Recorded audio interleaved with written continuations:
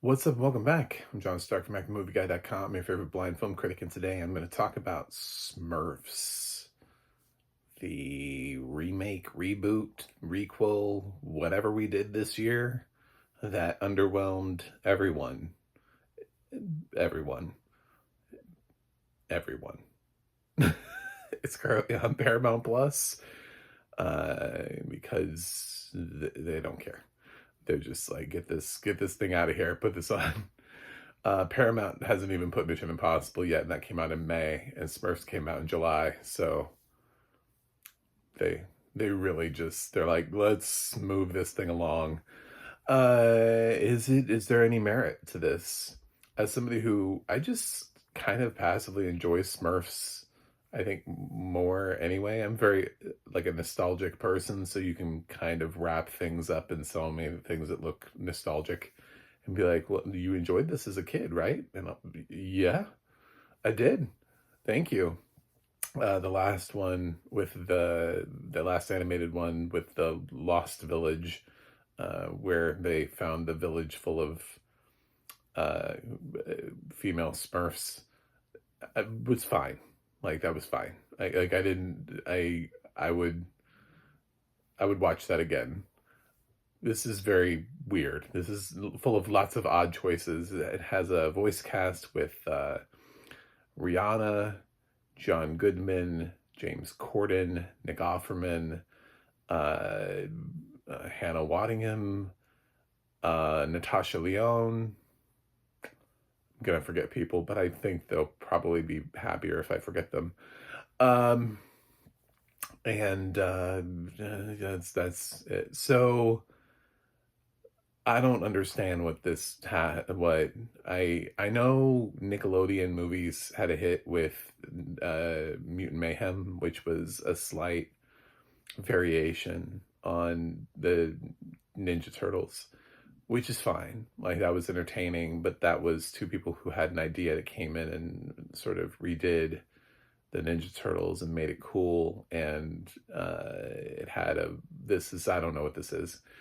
So at the beginning, there are 4 books, and the one of them the Smurfs steal the grimoire, and it talks.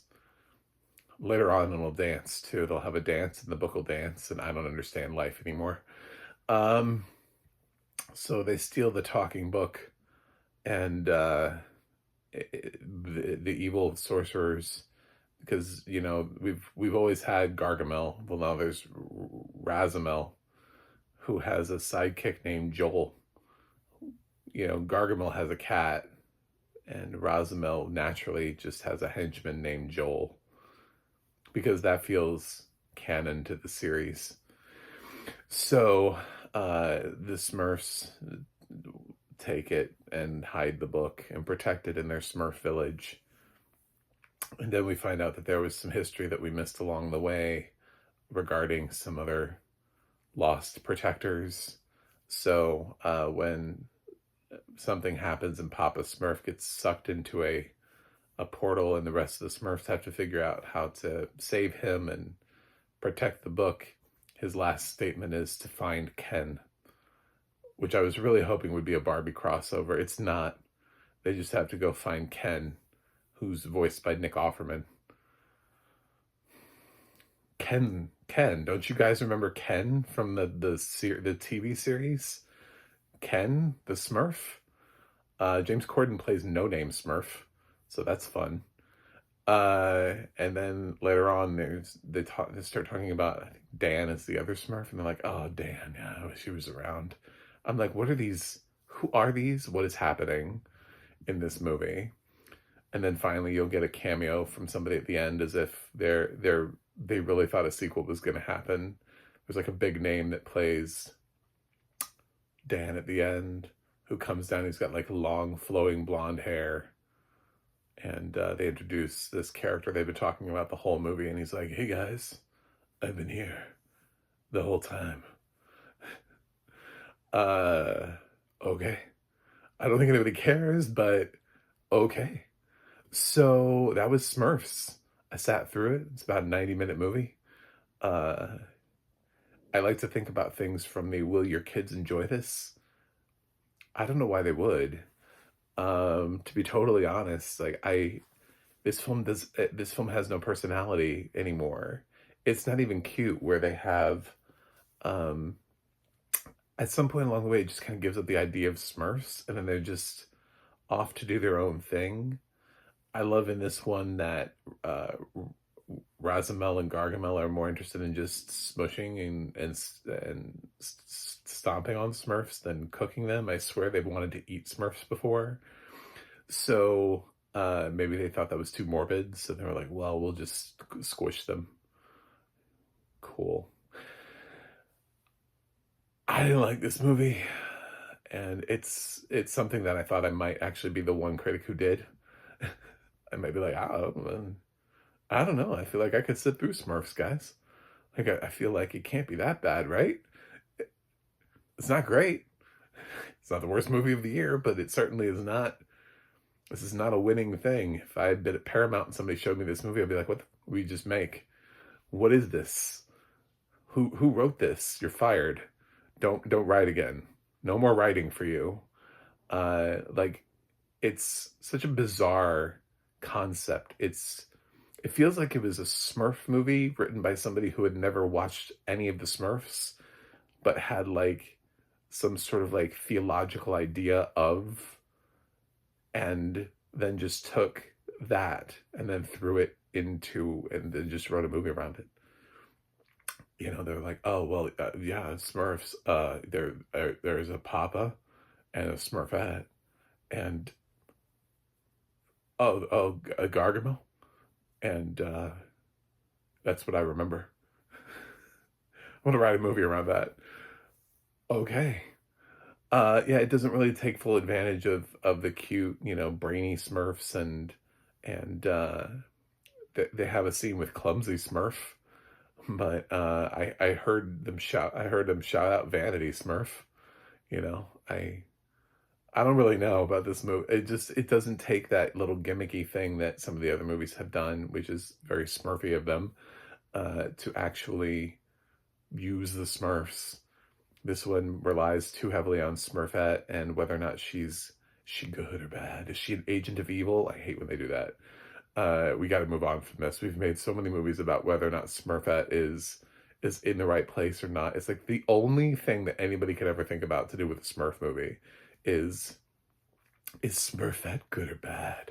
Is she evil or not? I don't know. We're gonna find out in this movie though. So they sing twice and then they have a finale. I don't know. If you're not going to be a musical, then don't commit to it. Like, I don't need two musical numbers is not a musical. Two solos, I should say. Because one of them was, is it James Corden's character? I think was the first one that sang. And then Rihanna has a song. And that's it. And then they have kind of like a finale where all the Smurfs have like a dance off again, which is when the books dance. And then we're done. That's not a musical. We didn't make a concerted effort to try to make a Smurfs musical movie. You just kind of threw in some songs and they feel very half-assed and nothing about this movie works. I wanted to come here and be like, guys, I really like the movie. You know what does work, theoretically, is the casting. Theoretically, John Goodman makes a great Papa Smurf. That's a solid choice. Even Nick Offerman would have made a great Papa Smurf instead of Ken. So, also, I think James Corden is a nice voice casting choice for a Smurf. I could hear him on any of the other Smurfs instead of this weird no-name Smurf. And actually, I like the voices, the voice work being done for Gargamel and Razamel. They feel like cartoon voices. There's some solid voice work here, but often it's misused, or they don't know how to use it, or they create a character for a voice that doesn't need to exist. So it just kind of falls flat anyway. It's just like, well, that was a nice casting idea, but you didn't do anything with it. So Smurfs is a travesty of the year, and sadly not good. So I'm going to give it a 3.4 out of 10. There you go. Smurfs. Smurf away from this movie. and go watch one of the other ones. Honestly, you guys want to know how bad this is? Like, hashtag real talk. You know those live action movies that everybody hates? Those are better than this. Because they're closer to the actual vibe of the Smurfs. This one has veered in such an odd direction that it no longer resembles the thing that it's trying to adapt. So if you're a true fan of the Smurfs, I hate to say it, but the ones with Katy Perry in it are better than this. Marginally, but better than this. So anyway, thanks for watching. Thanks for subscribing. And I'll see you guys on the other side.